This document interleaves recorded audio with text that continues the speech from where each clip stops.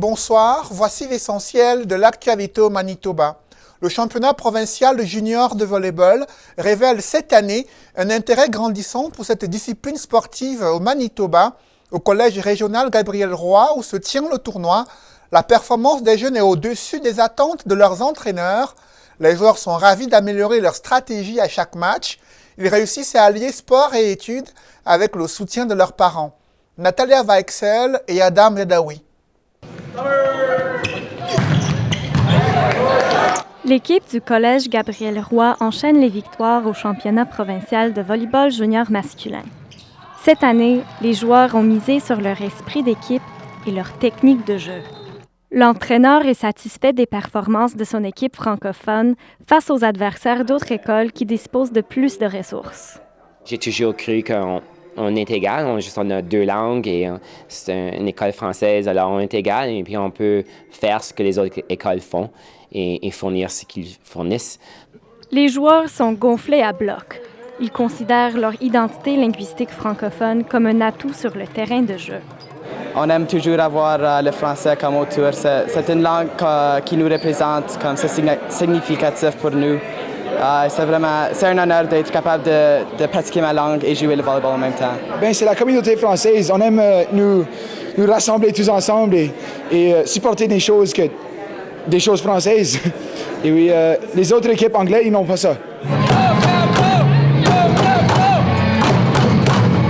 Des parents et des amis sont venus nombreux pour soutenir l'équipe de la communauté francophone d'Île-de-Chêne au sud de Winnipeg.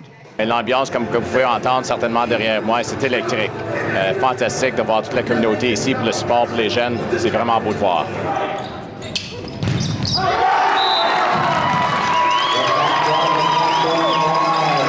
L'engouement des jeunes pour le volleyball renforce les liens dans la communauté. C'est tellement de fierté. Nous autres, on vient d'une petite communauté à Sainte-Agathe, alors venir à Île-des-Chênes ici, puis ensuite avoir l'opportunité de jouer sur une équipe de varsity au secondaire, c'est vraiment beau de voir. Alors, plein de fierté comme parents. Les parents apprécient l'impact positif de cette discipline sportive sur leurs enfants, dont certains envisagent de poursuivre leur passion à l'université. Ici Natalia Vaexel, Radio-Canada, Winnipeg.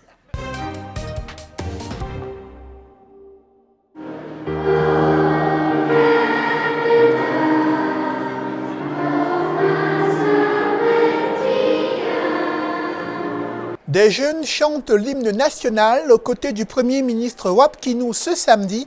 C'est à l'occasion de la journée portes ouvertes du Palais législatif. Après des années de célébrations virtuelles, les Manitobains ont pu accéder au bâtiment.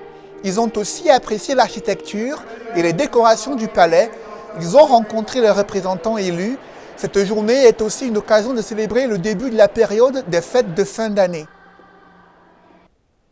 Toujours dans ce registre, le musée de Saint-Boniface a lui aussi ouvert ses portes aux Manitobains. Les visiteurs ont découvert les trésors qui retracent l'histoire de la francophonie manitobaine. Ils ont aussi apprécié le marché artisanal aménagé dans le musée. Des activités familiales y ont été organisées.